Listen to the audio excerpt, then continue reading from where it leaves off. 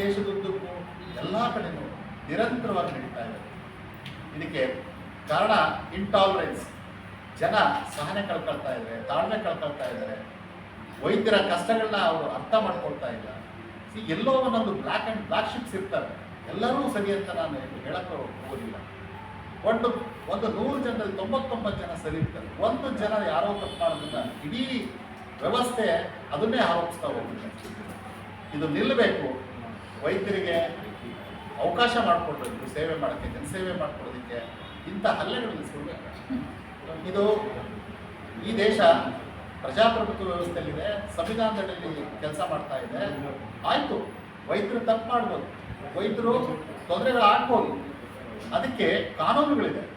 ಕಾನೂನು ರೀತಿ ಕ್ರಮ ಕೈಗೊಳ್ಬೋದಲ್ಲ. ಯಾಕೆ ಹಲ್ಲೆ ಮಾಡ್ತಾರೆ, ಯಾಕೆ ಹೊಡಿತಾರೆ, ಯಾಕೆ ಹಾಸ್ಪಿಟ್ಲ್ ಮೇಲೆ ಕಲ್ಲು ತೂರ್ತಾರೆ? ಕಾನೂನುಗಳಿದ್ದಾವೆ.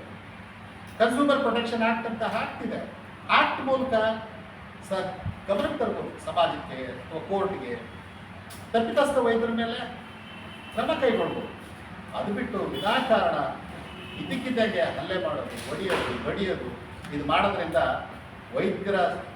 ವೈದ್ಯರಲ್ಲಿರ್ತಕ್ಕಂಥ ಆತ್ಮಸ್ಥೈರ್ಯ ಕುಂದೋಗುತ್ತೆ. ಅದರಿಂದ ವೈದ್ಯರು ಸ್ವತಂತ್ರವಾಗಿ ಅವ್ರಿಗೆ ಜನಸೇವೆ ಮಾಡೋದಕ್ಕೆ ಅವಕಾಶ ಇಲ್ಲದಂಥ ಸ್ಥಿತಿ ಈ ದೇಶದಲ್ಲಿ ನಿರ್ಮಾಣ ಆಗ್ತಾ ಇದೆ. ಮಿತ್ರರೇ, ಇಡೀ ಪ್ರಪಂಚದಲ್ಲಿ ಅತ್ಯಂತ ಹೆಚ್ಚು ಸೇವೆ ಮಾಡೋಂಥ ಜನ ಭಾರತೀಯ ವೈದ್ಯರು.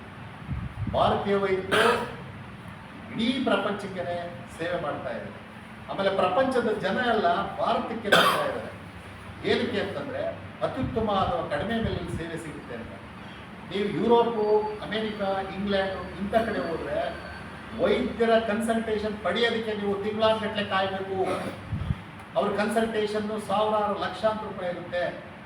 ಒಂದು ರೋಗ ಚಿಕಿತ್ಸೆಗೆ ನೀಡೋಕ್ಕೆ ಅವ್ರಿಗೆ ಲಕ್ಷಾಂತರ ರೂಪಾಯಿ ವೈದ್ಯರಿಗೆ ಕೊಡಬೇಕಾಗುತ್ತೆ. ಅವ್ರ ಸಂಬಳ ಎಲ್ಲ ವಿಪರೀತ ಇರುತ್ತೆ. ಅವ್ರ ಸ್ಟ್ಯಾಂಡರ್ಡ್ ಆಫ್ ಲಿವಿಂಗ್ ಡಿಫರೆಂಟ್ ಇರುತ್ತೆ.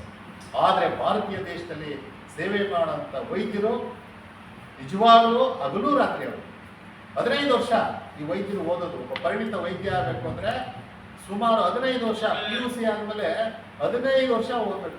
MBBS 5.5 1 ವರ್ಷ 6.5, PG 3, ಮತ್ತೆ ಸೂಪರ್ ಸ್ಪೆಷಾಲಿಟಿ 15 ವರ್ಷ ನಿರಂತರವಾಗಿ ಇವರು ಓದ್ತಾರೆ.